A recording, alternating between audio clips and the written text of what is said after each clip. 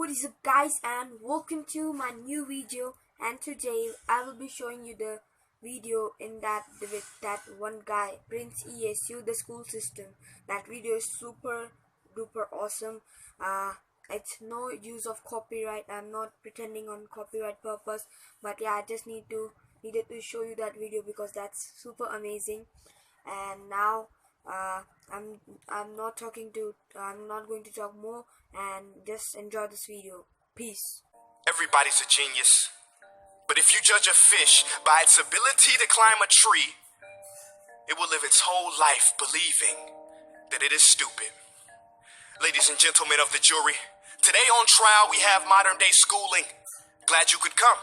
Not only does he make fish climb trees, but also makes them climb down and do a 10-mile run. Tell me, school, are you proud of the things you've done? Turning millions of people into robots, do you find that fun? Do you realize how many kids relate to that fish? Swimming upstream in class, never finding their gifts, thinking they are stupid, believing they are useless? Well, the time has come, no more excuses. I call school to the stand and accuse him of killing creativity, individuality, and being intellectually abusive. He's an ancient institution that has outlived his usage. So, Your Honor, this concludes my opening statement, and if I may present the evidence of my case, I will prove it. Proceed. Exhibit A.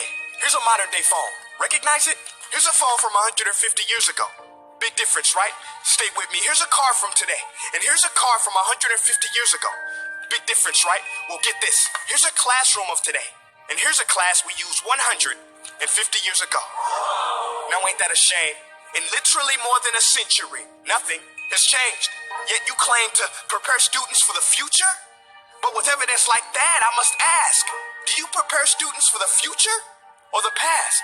I did a background check on you and let the record show that you were made to train people to work in factories, which explains why you put students in straight rows, nice and neat, tell them sit still, raise your hand if you want to speak, give them a short break to eat, and for 8 hours a day, tell them what to think. Oh, and make them compete to get an A.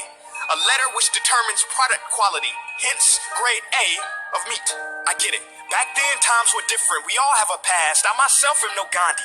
But today, we don't need to make robot zombies. The world has progressed. And now we need people who think creatively, innovatively, critically, independently, with the ability to connect. See, every scientist will tell you that no two brains are the same. And every parent with 2 or more children will confirm that claim. So please explain why you treat students like cookie cutter frames or snapback hats, giving them this one-size-fits-all crap. Watch your language. Sorry, Your Honor, but if a doctor prescribed the exact same medicine to all of his patients, the results would be tragic. So many people would get sick, yet when it comes to school, this is exactly what happens, this educational malpractice, where one teacher stands in front of 20 kids, each one having different strengths, different needs, different gifts, different dreams, and you teach the same thing the same way? That's horrific. Ladies and gentlemen, the defendant should not be acquitted. This may be one of the worst criminal offenses ever to be committed. And let's mention the way you treat your employees. Objection. Overruled. I want to hear this. It's a shame. I mean, teachers have the most important job on the planet, yet they're underpaid? No wonder so many students are short-changed. Let's be honest, teachers should earn just as much as doctors, because a doctor can do heart surgery and save the life of a kid, but a great teacher can reach the heart of that kid and allow him to truly live. See, teachers are heroes that often get blamed, but they're not the problem. They work in a system without many options or rights. Curriculums are created by policymakers, most of which have never taught a day in their life. Just obsessed with standardized tests. They think bubbling in a multiple choice question will determine success. That's outlandish. In fact, these tests are too cruel to be used and should be abandoned, but don't take my word for it. Take Frederick J. Kelly, the man who invented standardized testing, who said, and I quote, "These tests are too cruel to be used and should be abandoned." Ladies and gentlemen of the jury, if we continue down this road, the results will be lethal. I don't have much faith in school, but I do have faith in people. And if we can customize healthcare, cars, and Facebook pages, then it is our duty to do the same for education, to upgrade it, change it, do away with school spirit, because that's useless. Unless we're working to bring the spirit out of each and every student, that should be our task.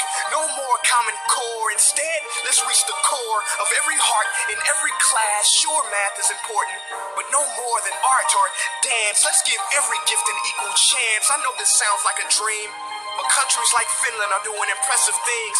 They have shorter school days, teachers make a decent wage, homework is non-existent, and they focus on collaboration instead of competition.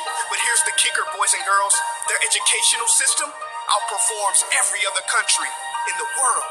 Other places like Singapore are succeeding rapidly. Schools like Montessori, programs like Khan Academy, there is no single solution.